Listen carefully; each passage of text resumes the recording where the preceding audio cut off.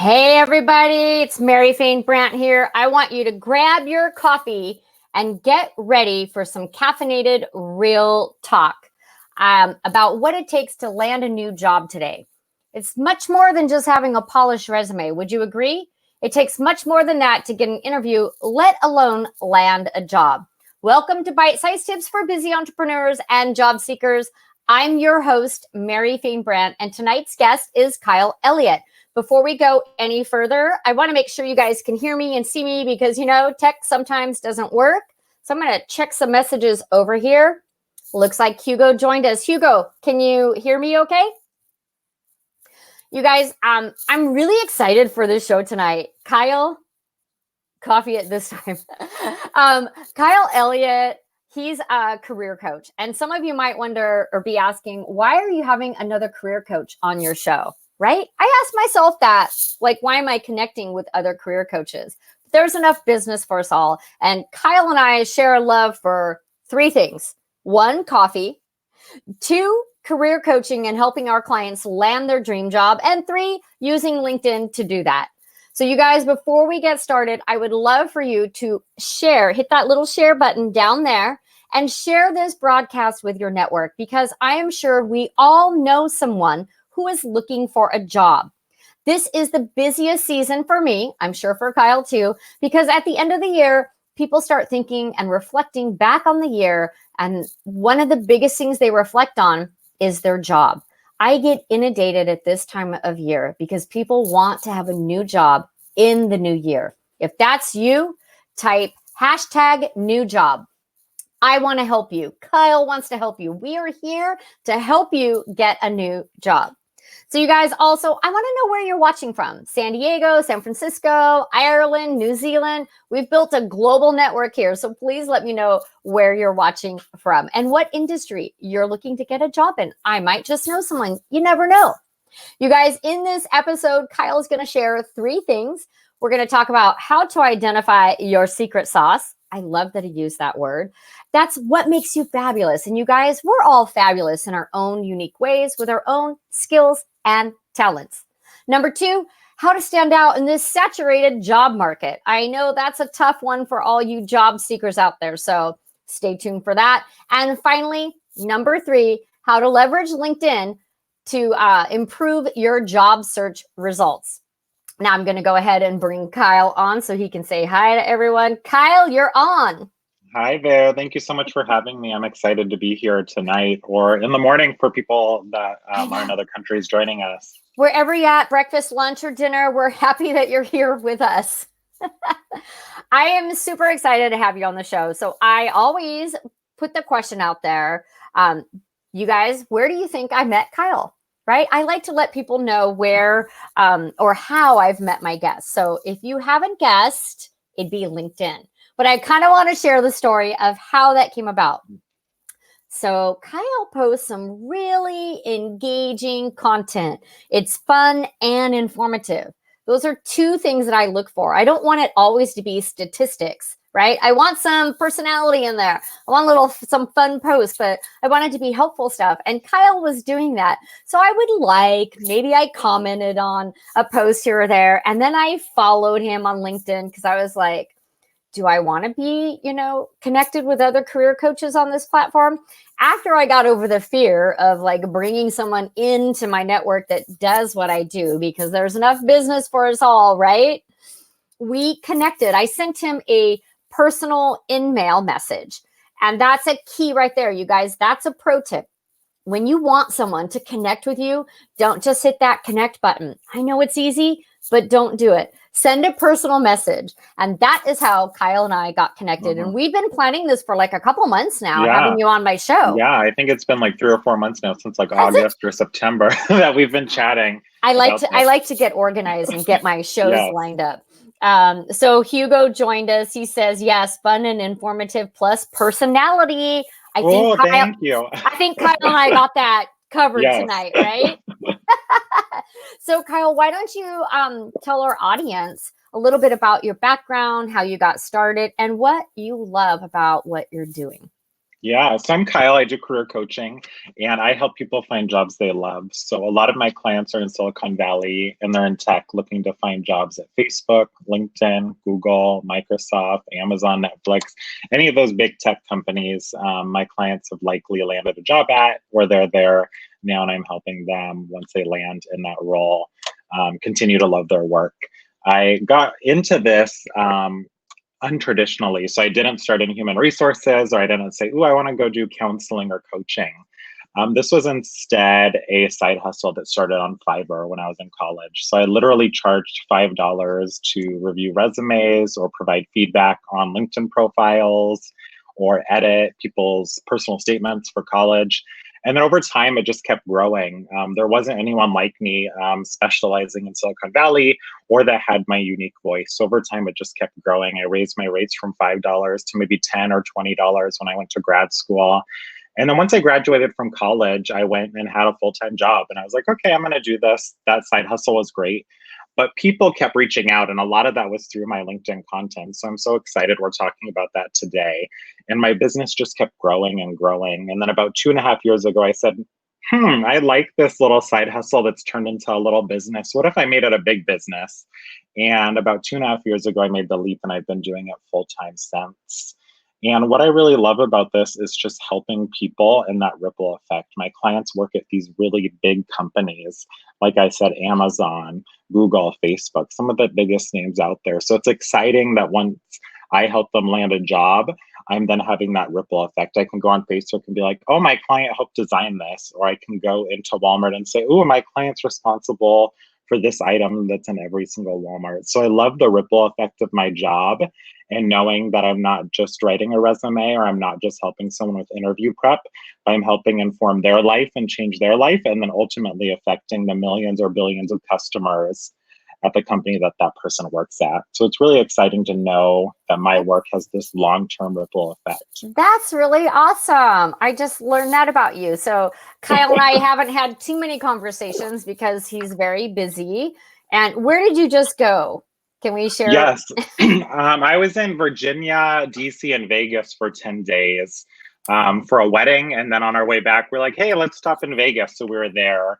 And then last weekend, I was in Disneyland. So we travel a lot. A really important value of mine is free time and family and spending with them. So I I love work it. really hard during the week. And then every weekend, we try and do some sort of trip, whether it's local. We have annual passes to Disneyland, so I'm there at least once Oh a my month. gosh. And it's not close either. People are like, oh, you drive over there. I'm like, no, it's 6 hours. And we're like committed hardcore Disneyland fans. Oh my gosh, so fun. It's so important that whatever you do in your life, that you like your job, but you also have a balanced life. I think that's Mhm, important because let's be real, at the end of your life, nobody ever says, boy, I wish I worked harder. I wish I worked mhm. more hours. Nobody, says that at the end. They You say, I don't. wish I traveled more. I wish I spent more time with my family. Whatever level you're at in your job, why I think it's important to work hard and have a great Mhm. work ethic. I don't feel that you should be tied to your job. Yeah, one of my coaches, the best advice she gave is, what advice would your 80-year-old self give you? And unfortunately, I've been at a lot of funerals this year. And every time Oh, I go to the funerals, I've been looking at the pictures. There's slideshows playing. There's not really photos at funerals anymore. There's slideshows. And the yeah. slideshows, you never see someone at their desk or you never see someone at Right? work. You see them with family. So I've been thinking, there's not going to be a photo of me, Kyle, sitting at my desk at my No. funeral. It's going to be me at Disneyland with my partner or at Thanksgiving with my parents. And I used to be a big workaholic. I worked 80, 90, 100 hours a week. Not exaggerating. I worked How from do like you do morning to that? night. No social life, no family time. You miss Ah, Thanksgiving and y- Christmas. I worked on everything Christmas else Day. falls. Yeah, Um, everything else falls to the side.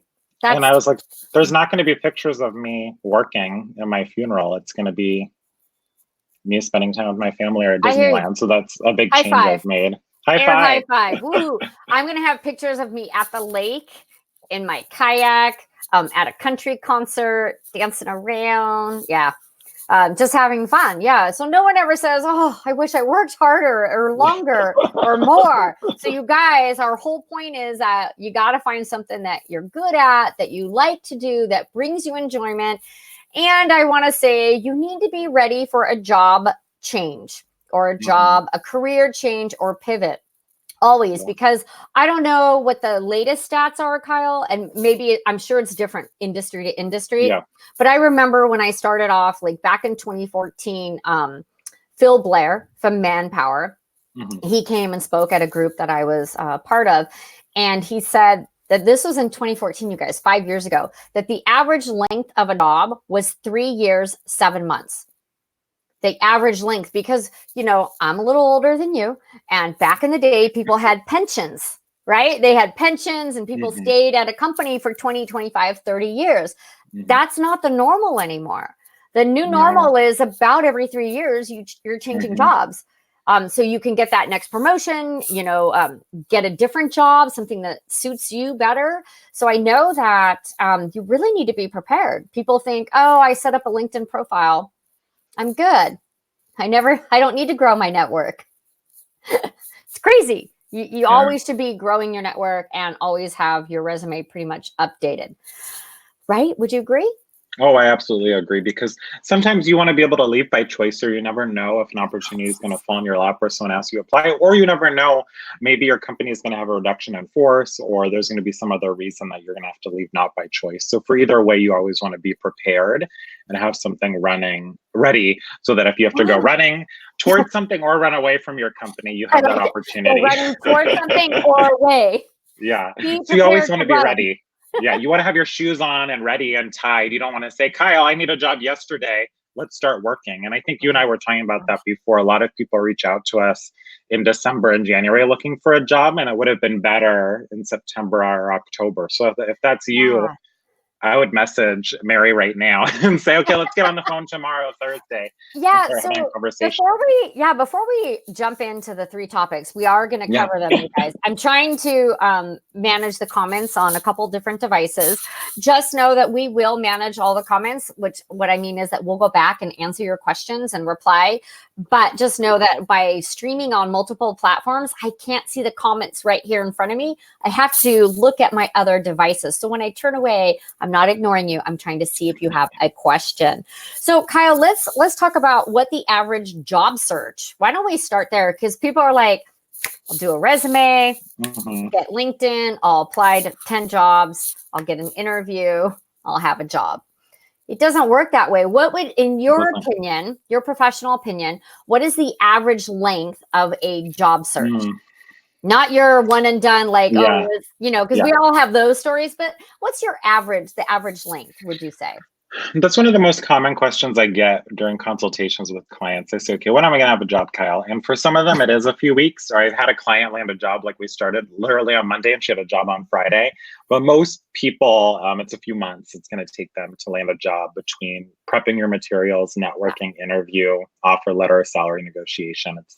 It's 5 to 6 months is what I've read. Oh, wow. I didn't know that number. So that's helpful for me too. Yeah. So the minimum is 3 months. When you're doing all that prep work, if you're working with a coach like yourself or me, and we're doing like every other week calls, and, you know, we're getting, like, if I'm working from the ground up, getting your car statements, your resume, your LinkedIn profile, if you're identifying what your target industry is, right? Maybe you're pivoting. I have my clients like look at industries and organizations. They don't have an opening for them, just to get an idea of what's in their head. Like, what are they drawn to, right? So we do all these exercises and stuff, but my programs are 3 months long. They can be, you know, shorter, but I have found over the years of doing this that 3 months is the sweet spot, because my clients are all working. So they have a life, right? And they have a job and they're trying to get ready, and they get stressed out if it's like, you know, if every week they have an assignment due, like something to move them forward. So I found the sweet spot was 3 months, and some of them get a job right then at the 3 months, but what it really takes is that 5 month is that sweet spot. That's helpful to know. And that makes so much sense, because there's so many steps that go into a job search, especially the people we tend to work with, which are mid-career executive. It takes them a while to just navigate all the interviews, figure out where they want to be, and make sure it's the company they want, do their due diligence. So all the articles and stats that I've read on all the career sites, it says it's 3 months minimum, but the average is 5 to 6 months. So for my That job makes so seekers, much sense. yeah, for my job seekers out there, I feel like that is a great goal to have a new job in about 5 months. It really does take that much time. So I'm just trying to navigate the comments over here. Dan Galante joined us. He says, great insights so far. Someone was asking about in-mails, like, my in-mail to you worked. And he said, what kind of in-mails do you suggest? I'm like, authentic and simple. Like, just be real. Don't fluff it. Right? Yeah, I agree. And I remember yours was personalized. I think we knew one of the same people. So I think that's key, is making it personalized and not spammy. And I was talking with a client about this today, actually. And when those in-mails are too long, when people send really long, lengthy messages, it's just like, I feel like it's spam. If it's too long, I feel like I'm receiving a newsletter that wasn't customized to me instead of something short and to the point. I prefer 3 sentences max. I challenge my clients, you have 3 sentences, and that's short to get to your point. That's everything. They're like, oh, 3 sentences once I do my introduction and closure. I'm like, no, 3 sentences total. I like that. I want it to be powerful. So it's a fun challenge to try and do. But I'm going to try 3 sentences. Try 3 and see what happens. So it's fun. I have a lot to say. That might be hard, but I'll try it. Hey, Stephanie Lou joined us. Stephanie Lou, hey. I'm Stephanie Lou's #1 fan. It's my claim to fame. And she's my muse. I'll just call her my muse. She pushes me to get outside my comfort zone. So she's the whole reason I even have a live show. So thank you, Stephanie, for joining us. Yeah, she's that amazing. Wow, that's so cool. So you guys, let's go ahead and dive in to topic number 1. We're talking about careers, how to set yourself up for success in 2020 and what it takes to navigate that job market and land that job. So Kyle, you want to talk to us about how to identify your secret sauce. So what makes you fabulous? Go ahead. Why don't you tell us what that secret recipe is? Yeah, and I was actually going to prepare for tonight, and I was like, oh, let me prepare for this. And I realized I actually wrote an article on this for Forbes, this exact topic. It was called 3 Steps to Finding and Owning Your Secret Sauce. And one of my favorite things to do to help people find their fabulousness, their secret sauce, their unique value proposition, whatever you may call it, is looking at your childhood. So when we were children, we had less filters. We would do things that excited us without thinking about money or social pressures or what our parents thought. So one of the first things I do is encourage my clients to look at their childhood and say, what did I like as a child that really excited me? I do this in workshops a lot, and people go around the room and share. And for me as a child, I loved school. For, I don't know, I think it was maybe 4th grade, 5th grade, the present I asked for was a huge whiteboard. So it was really big. It was like 6 feet long by 2 or 3 feet tall. And I had that in my room, and every day I would create lessons plans. I had a grade book in my room, and I would grade my parents. I would create worksheets on our computer. And now that's what I do for my work. And it took 20 something years to come to that. But once I really went back to my childhood and saw what I enjoyed, which was teaching and coaching and helping people and figuring out what they're good at, I came full circle. So I like doing that with my clients and figuring out, what did you like as a child, and how can we then pull that into your career now? Were you really creative as a child? Were you really inquisitive? Did you love writing? And that's one of my favorite places to start. I really like that exercise. That is great. It made me think about what I liked as a child and what I was doing. And all my crayons had to be in order, like white, peach, yellow, orange, and they all had to be sharpened. And nobody in the neighborhood was allowed to color with my crayons because they had a tin can with broken crayons and wrappers not on them. So I was very organized, which is still something I love to do. So yeah, and you help other people organize their careers and their lives or their business, entrepreneurs. So it sounds like you're doing that now. And there's some connection. I tend to see that between people's childhoods and what they do now. Or if they don't like their job, it tends to be a direct opposite of what they loved as a child. Yeah, that's a really great exercise. I'm actually going to sit and talk to my husband about it and see what he liked as a child. And it's fun. Yeah, it's fun too. I like fun exercises. They don't all have to be boring, right? They don't. Okay, so that is a And great way. yeah. Yeah. Oh, I was going to say I have a second piece too. Once you've done that, I like people to then text their friends and ask Okay. a really simple question: what makes me fabulous? I And love that's it. that. And don't give any buffer and say, oh, I'm watching this show with Mary and Kyle. They said, what makes me Right. fabulous? Just text it to a few friends. And I want you to connect the dots between what your friends say and what you did as a child and see if there's any themes. That's great. I have my clients ask 10 people 3 words that describe them. Oh, I'm writing that down. I like Yeah. that. Can we share each other? Is it okay if we? Yes. Okay. We have total, like, this is how it's supposed to be, you guys. You're supposed to collaborate with people in your industry, not compete. Right, Yeah. Kyle? Yes. No, I love that. I think Yeah. we talked about that before. There's just so many clients out there, and there's more business than there are coaches. The world needs more fabulous, great coaches. So yeah, I always like to have my clients like ask, 10 people, not all family members and not all friends, like a mixture of people, 3 words that they would use to describe you. I And like that. from that word, a lot of insights come about. And some people are like, wow, I never realized that, especially when there's a trend, right? So you go through and you pick out the ones that are multiple. It could be, I think of them as playful or joyful, right? Mm, Organized, detailed, whatever those words are, they're always good words, but it helps us see how other people see us. And I think that's so important yeah. when you're in life in general, but especially when you're looking at your career. I love that. That's a good exercise. I'm going to start doing that with clients. Stephanie said 3 steps to owning your secret sauce. Good, Stephanie. I like that. Owning your secret sauce. I Yeah. love it. Yeah, so I'm just trying to see what else we got going on here. Stephanie said high five, 100%. So you guys, so tip number 2, we want to talk, and this is a biggie, and I'm dying to hear what advice you're bringing to the table, Kyle. So bring it. How to stand out in a saturated job market. Yeah. So, like I shared at the beginning with my introduction, most of my clients, I would say like 2/3 are in Silicon Valley, a lot of tech. So they're applying to Facebook, LinkedIn, Amazon, these companies that literally get thousands of applications a week. I believe it was Google that got like 50,000 applications a week. I know another company, I think it was LinkedIn, got 2 million last year. So these companies are getting millions literally of applications every year, and my clients want to know, how do you stand out? So for me, my tip is not blending in, and it seems simple on the surface and you're like, okay, Kyle, don't blend in, but on the deeper level, it's not doing what everyone else is doing. So if every other person is writing their resume one specific way, you can stand out a bit. So I call it break the rules, but don't be an a-hole. I give a keynote on the topic. So I think of what can you do that's a little different that helps you stand out. Something really small that my clients do when I write their resumes is add testimonials to their resume.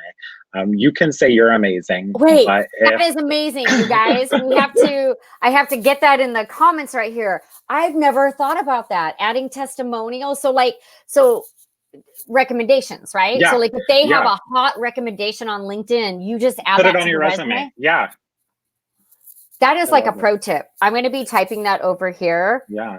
And Pro some tip. of my older job seekers, they get nervous. They're like, well, you don't do this on a resume. That's breaking the rules. And I said, yes, we're breaking the rules, but not being an a-hole. So we're doing it in a good way because it's going to benefit you. Because you can say you're the best boss in the world. But if someone says, you know what, I've been working 20 years, I've had 10 bosses, and Mary's the best, you're like, oh, wow, she really is the best boss. So I love putting testimonials on there. Something else I like doing, and we might get into that in step 3, is reaching out to people in your dream role. And if you want to work somewhere, actually reach out to them and say, hey, I love what you do. I'd love to learn how you got there. Because a lot of people reach out to recruiters. And after tech, my second most common client is recruiters. And they get literally thousands of messages. I worked on one Wait, so person. you work with recruiters to get a new job?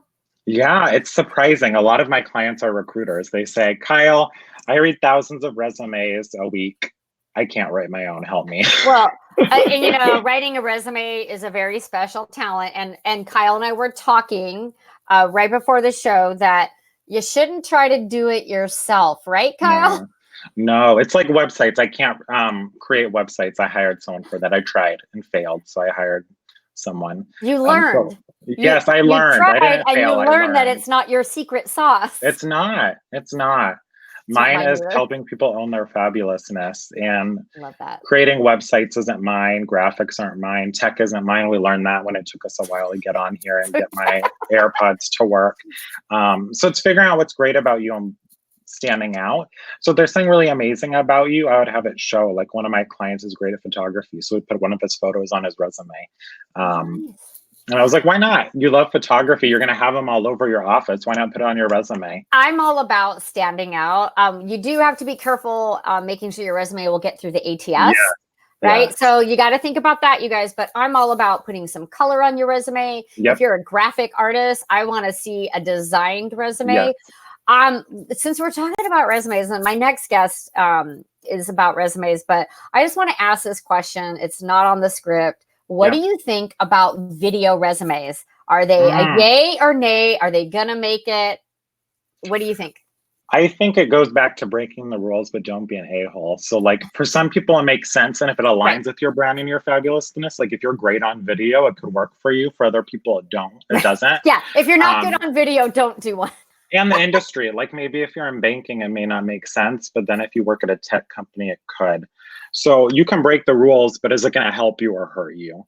And don't just break the rules to break the rules. So it really depends on you, the industry, the position, the person you're sending to it.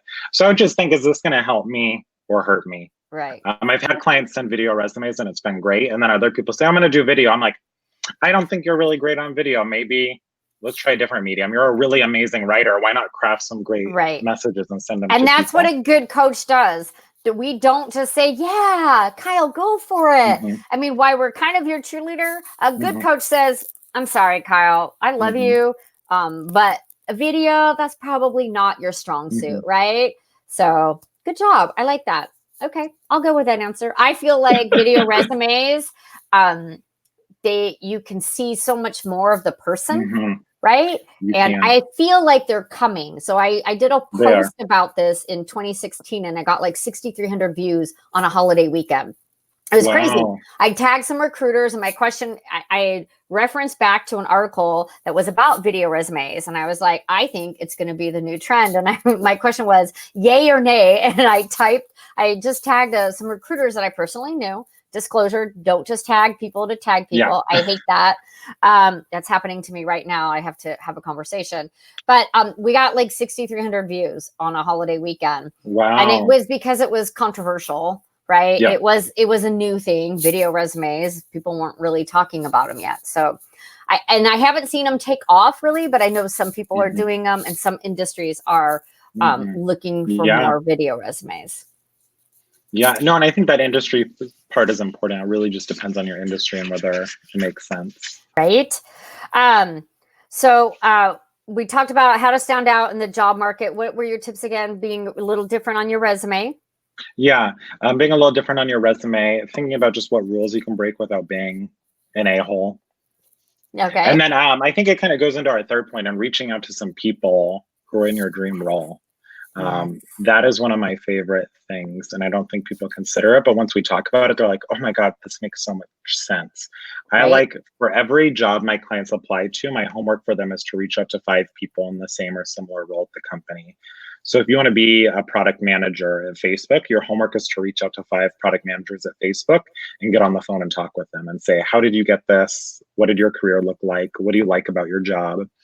And the reason why is twofold. One, they already got the job, so they can walk you through the process of getting a job. And 2, their boss is likely the hiring manager. So you're only one step away from the hiring manager and can get a referral or a recommendation. Now, I have some people that have given me some pushback on that. Like, I don't know how to message them, or they're not going to give me the time. Well, I think one thing is really clear, that you never say I'm looking for a job, right? Like that is like just the X. Don't say, oh, I'm looking for a job at your company. I'd like to have coffee with you. So do you have messaging that you like, hey, say something like this I'm interested in being a Yeah. product Well, manager. I think you don't know if you want to work at their company until you've talked to them. So I instead like reaching out and asking to share best practices. That's one of my favorite because from a scarcity mindset, you're saying, well, I want to work here. You have a job. You're giving down to me and I'm giving up. I want you instead to be equals and reach out and share best I love practices. that. So I saying, love that. hey, I work in product marketing or product management. You work in product management. Let's have a conversation and share best practices because you're equal. Because they may be interested in your background and where you've worked and want to pick your brain. So I want you to go at it as equals where you're both sharing. I like that. I like that strategy. That is great. And keep it to 3 sentences max. And it forces you to be really concise and to the It point. does. And people are like, oh, that's not that long. But people make and our current administration runs the country on 140 characters at a time. So if that person can do it, you can send a powerful Yeah. 3 sentence message. Yeah. Okay. I love it. Before we go to our final topic, Yeah. LinkedIn, our favorite topic Yes. probably. So Hugo said, stupid question. There are no stupid questions, There Hugo. aren't. I was always wondering, are people freely engaging with your content on LinkedIn? Knowing that you help people navigate job market, ironically, people may not engage as much on the platform as they might be scared to be discovered by their boss. That is not a stupid question. That That's is amazing. a great question. So you can hide your profile, right? You can make your profile hidden. You can block certain people. So if you wanted to block your boss, you could do that so that he won't see. I feel that probably the appropriate thing is maybe to follow me, right? So they might not engage. You're right. That's a great question. So they might not engage as much on LinkedIn. Maybe they engage with me more on Facebook or my private group. So I do have a private Facebook group, and that's where you're not in there, Kyle. I'm not. This is good to know, though. Send people there. That's It's amazing. the LinkedIn Bakery, of course. Oh my God, I love that. And we talk about entrepreneur stuff. We talk a lot about LinkedIn and career stuff. So and tech tools. So I can help you, Kyle. I love tech. That's cool. I almost all my clients are tech, but I'm not tech savvy. So that's awesome. Yeah. And I get that. I have a lot of people who message me and say, Kyle, I've been following you for years and now I want to work with you, but they are afraid to comment or like or share because they think their boss may see it. And I think they follow us. They do. And something to maybe share with your boss is, oh, I want to just continue to improve in my current company. Career coaches don't just work with people to find jobs. I have a lot of clients who love their work and just want to grow at work. So maybe share with your boss, you know what, I love my job. I love working here. I just want to grow and be a better leader. And that's why I follow Mary. That's why I follow Kyle. Absolutely. So I can grow within this company because I want to stay here. That's a great tactic. You guys write that one down. I love it. I love it. So Hugo, I hope that we answered that question and it was not a stupid question. I think that was a really good question. So you guys, there are no stupid questions. Ask us whatever you want. You have both of us. If you're watching the replay, I just want to remind you that we love you too. And we're going to go back and answer your questions as well. Just tag Kyle or myself in the comment or post or the comment so that we'll get a notification of that. Okay, Kyle, the big topic. The big platform, the best platform out there, in my humble opinion, LinkedIn. Let's talk about how to use LinkedIn to improve your job search. What are your top tips? Yeah. So in addition to reaching out to people who are in your dream role, which is my number one tip, I also encourage people to just focus on the inbound marketing and reaching out to those people who are at your companies that you really want and building that out. So a lot of people keep waiting and say, Kyle, I created this amazing profile. It's keyword optimized. It shows my brand. And then they just sit around and wait. So I encourage people to instead to network with who they want. They say, hey, Kyle, I'm not hearing from this type of person. I want to hear from them. Reach out to them directly instead of just waiting for them to contact you. So that's what I love about LinkedIn is everyone is on here with a similar purpose, or 95% of people are on here with a similar purpose. There are some scammy people, but most people just want to network and focus on professional development. So out of every platform out there, that's why I love LinkedIn. It's my favorite platform too. When you reach out to people, people are willing to share. So if there's someone you want to connect with, contact them and say, hey, I want to share best practices, or hey, I'd love to have a virtual coffee for 10, 20 minutes and learn more about how you got into career coaching or how you got into creating this company called the LinkedIn Bakery, and just ask people, and most people will respond. I've asked a lot of people to coffee, literally thousands, to either coffee or pick their brain or ask questions. And I've gotten people to have silence, and I've only had one person ever say no, ever. I used to be able to say no, but I've now had one executive say no. So they kind of broke that streak. But most people will say yes and 90% of the help. people will say yes, and they want to help. And I find messaging on LinkedIn is a great way to start that conversation. And for me, it's been a way to get guests on my show and to collaborate, also to find speaking gigs, you know, podcasts and online summits, things like that. I want to say that it starts, though, by having a great or a rock star profile, right? Yes. If you have a sucky profile and you send a message, you know, I'm going to be like, who's this Kyle guy? Like, he's got 200 connections and he doesn't have anything personalized here. Yeah. Why am I going to spend my time? So it starts with what I like to call as the foundation, right? Yep. Of having a stellar profile, building a strong and strategic network. And then about that engaging, seeing that that person is posting relevant information always is the bonus for me. And then getting that personal email. But I absolutely love LinkedIn for the connections and the collaborations that I have been afforded by this platform. Me too. I think it's just amazing how willing people are to help each other. I think so too. Do you think that job seekers should be posting content to increase engagement and profile views? You can if you want. Something I find is a lot of time job seekers market themselves as professional job seekers instead of. What do you mean?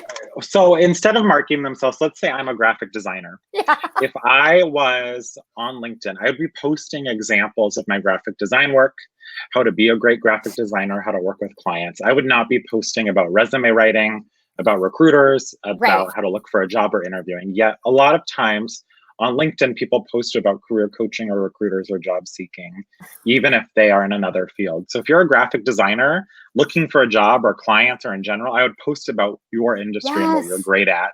Yes. But what Showcase happens your is skills. they post about the job seeking, and then people see you as a job seeker, not as what you are. You should not post as about the you and your expert in your skill. industry. Yes, Yeah. exactly. Be posting relevant information. What's hot and new in your industry? What are the new statistics? What's the new trend in project management? What's the new app or program that you're learning? Be posting of what's going on in your industry, an organization that you want to grow in or that you want to pivot and go into, but don't be posting about the job seeker stuff. I didn't know people were doing that. I guess I haven't seen that.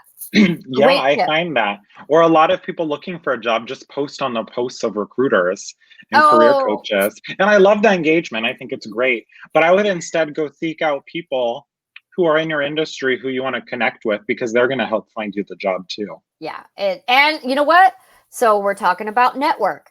This leads right in to what you told me when we chatted briefly, maybe a month or maybe 6 weeks ago. Okay. Your 80-20 rule. Do you remember that? Was this with clients when they? Yeah, what your homework is. Like, and when you said that, I was like, I like that. So yes. The 80-20 so for every job they apply to, or my clients then have to network with 5 people. So it ends up calculating to like 83%, because it's about 85% of jobs are achieved by way of networking. So for every one job my client applies to, they have to reach out to 5 people who are in the dream role. So then they're spending 83% of their time networking. So I love having people do that. I just had a coaching session with a client today, and he wants a diversity job in Silicon Valley. So I said, okay, you apply for this role. I want you to then reach out to 5 diversity experts. And I want you to keep repeating that every time you apply for a job. Because 5 people a day isn't that much, but that's 25 a week, 100 a month, 1,200 a year. It adds up really quickly. 1,200 a year.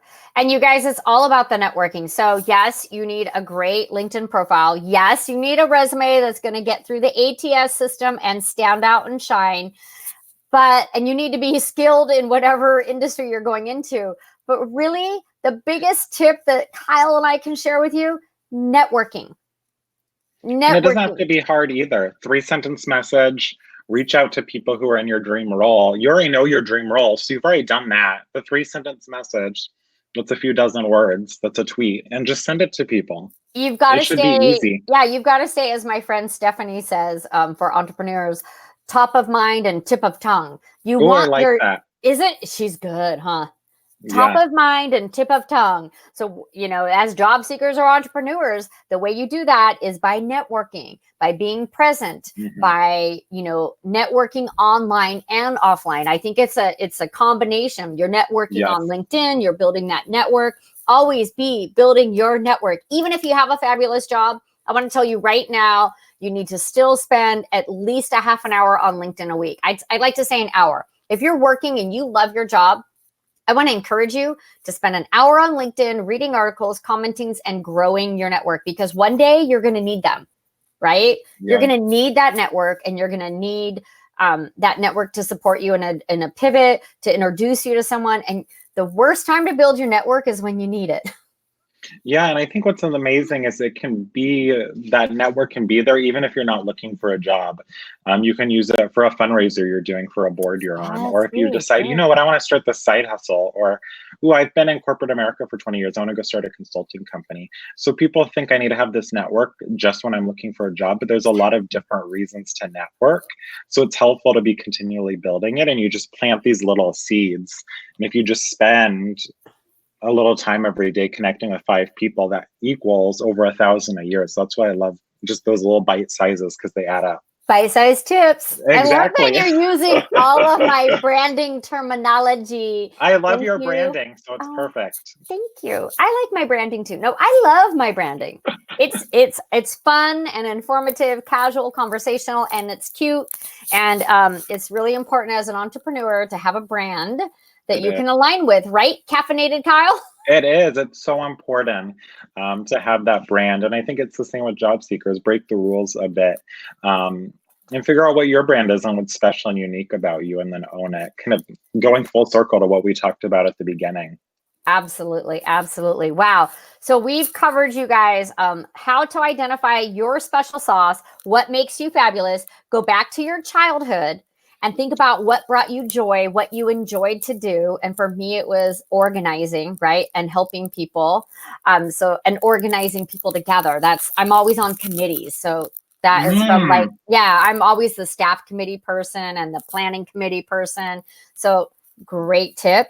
Our second one was how to stand out in the saturated job market. What was your tip there again? That Yeah, was, so for there, trying different things. So yes, maybe adding testimonials to your resume. I love how you talked about color, doing things that yes, are a little different, putting a photo on there. Maybe not a photo of you, but a photo. If you're a painter, putting a photo on there, or a yes. photographer. Or I love putting interests. One of my clients loves high tea, so we put high tea on their resume. So just little things that show you and your personality, and maybe even pulling from number one. Maybe a friend texted you something that's fabulous about you, thinking, "Ooh, how can I add that to my resume?" I love it. I love it. Yeah, the 10 words, ask 10 people 3 words that describe you. That's helping you identify your secret sauce.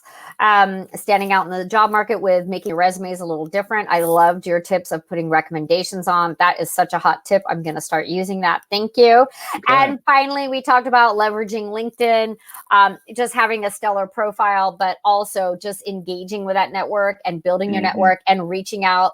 I love the 80-20 rule that you taught Hmm. me about. Yeah. That's like 20% you should be doing applications, yes, because you have to do that. But 80% of your time should not be spent behind this computer. It should No. be networking, whether it's on the phone, maybe it starts online on LinkedIn with Hmm. some personal emails, and then it's a phone call. It could be Zoom. Yep. Zoom is great. It could be a coffee meeting or lunch if that works. Maybe you're going to a networking event and you can meet up with people Hmm. there, but definitely networking, getting your name out there, staying top of mind and tip of tongue, as my girl Yeah. Stephanie always says. I love that. Anything else that you want to throw in before we wrap up? I know we have some questions to go back and answer after the show. Yeah, so I would encourage people to take some risks. I think the scariest part with all this is to take risks. It's scary to own your fabulousness. It's scary to go try something new with your job search. All of these are scary, but I always encourage people to think of some of the best moments in their life. So for 10 seconds, we close our eyes and say, What are the best moments in my life? For me, it was proposing to my fiance. Aw. It was starting my business, which was scary to leave a full-time job with retirement, which was really good. And benefits and health insurance, we pay a lot.